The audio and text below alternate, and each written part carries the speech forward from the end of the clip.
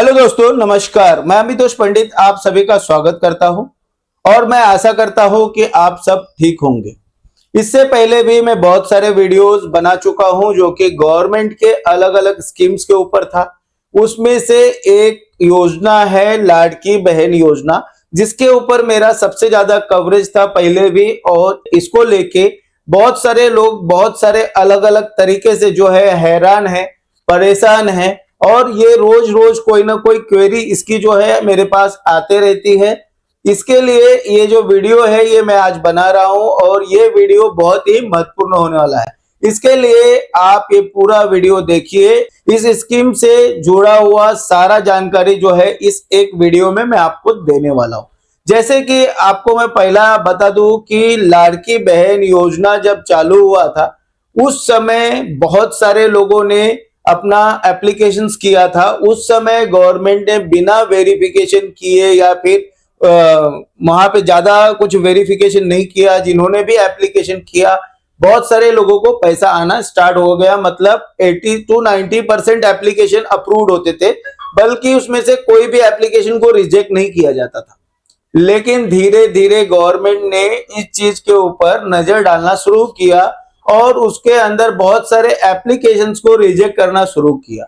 अब मैं आपको बता देना चाहता हूं कि इसके अंदर जो एप्लीकेशन रिजेक्शन होनी चालू हुए वो किस बेसिस पे पहले पहले शुरू हुआ। तो सबसे पहला जो रिजेक्शन शुरू हुआ है वो हुआ है इनकम स्लैब के वजह से।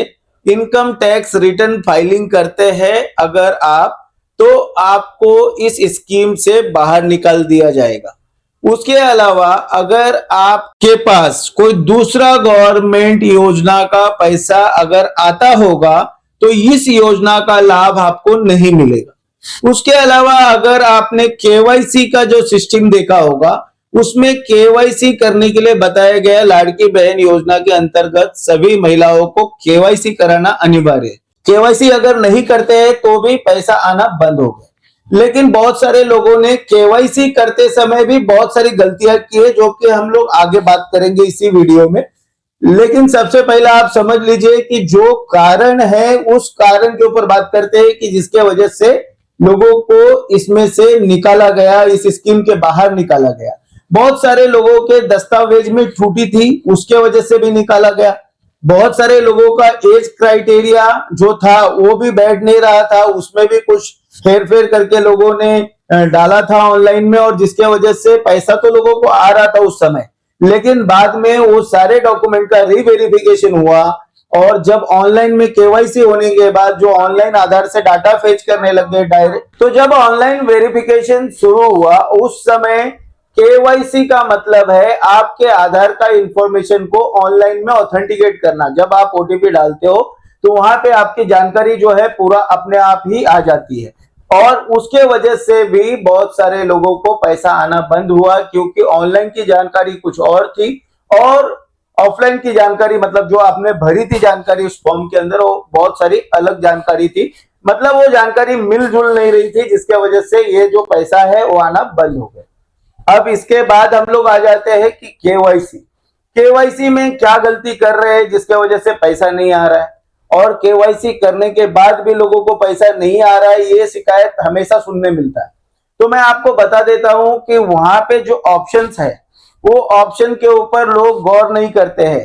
जैसे कि अगर आप केवाईसी करते हैं लाड़की बहन योजना का, तो जैसे आप आधार की ओटीपी डालने के बाद वहां पे चंद सवाल पूछे जाते हैं। उस सवाल के जवाब अगर आप सही से पढ़ के नहीं डाला, उसमें सिर्फ यस और नो ही करना है, मतलब होए और ना ही, दो ऑप्शन है वहां पे, यस और नो। अगर आपने वो यस और नो को सही से फिल नहीं किया तो भी आपका जो है आगे पैसा आना रुक जाएगा। और बहुत सारे लोगों ने गलती किया तो गवर्नमेंट ने उसको सुधारने का भी मौका दिया कि अगर आप चाहते हैं तो इसको, जो भी आपकी केवाईसी गलत हुई है तो उसको फिर से केवाईसी कीजिए और उसको करेक्ट कर लीजिए। तो जिन्होंने भी करेक्ट किया उनको पैसा आ रहा है। बहुत सारे लोगों ने केवाईसी करवाया फिर भी पैसा नहीं आ रहा है। तो मैं आपको सबसे पहले बता देना चाहता हूं कि जो भी क्राइटेरिया मैंने पहले बताया है कि जिसके वजह से पैसा आना बंद हुआ गवर्नमेंट से, वो क्राइटेरिया में से आप अपना एक चेक कर लीजिए कि अगर उसमें अगर आप होंगे, उस क्राइटेरिया के अंदर आते होंगे, जैसे इनकम टैक्स भरते होंगे या फिर अगर आपके पास 4 व्हीलर गाड़ी होगा, या फिर इससे पहले मैंने जो बताया आपको कि आपका केवाईसी में कुछ गलती किया होगा, तो ये सारे बहुत सारे कारण हैं कि जिसके वजह से आपको पैसा नहीं आएगा। जो भी कारण मैंने आपको पहले बताया है उस सारे कारण को आप देख लीजिए। उसके बाद भी अगर आपको पेमेंट नहीं आ रहा है तो उनका टोल फ्री नंबर है, उस टोल फ्री नंबर पे कॉल कीजिए और उसके बाद जो है आप वहां पे अपनी शिकायत दर्ज करवाइए और उसके बाद आपका शिकायत का समाधान हो। तो अभी एक नया रूमर्स फैला मार्केट में, एक नए तरीके की बातें चल रही है कि नया फॉर्म भरा जा रहा है करके। तो मैं आपको बता देना चाहता हूं कि जब भी शुरुआत में एप्लीकेशन चालू हुआ था उसके बाद पहला तो पब्लिक था कि आप कोई भी भर सकता था फॉर्म। आप अपने फोन से भर सकते थे, कंप्यूटर से भर सकते थे, कहीं से भी भर सकते थे। उसके बाद गवर्नमेंट ने उसको बंद करके आशा सेविका नहीं तो आंगनवाड़ी सेविका के माध्यम से फॉर्म भरवाना शुरू किया।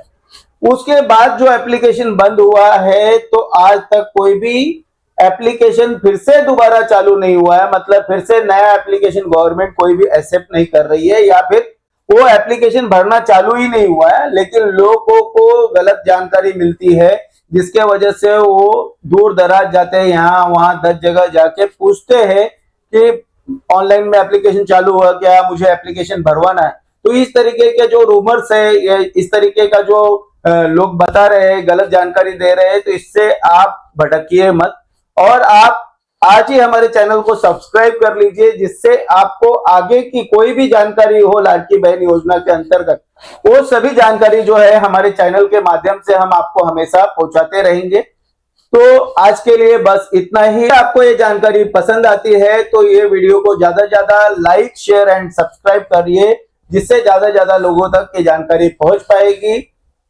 फिर मिलता हूं आपसे ऐसे ही अगले वीडियो में। तब तक के लिए जय हिंद, जय महाराष्ट्र।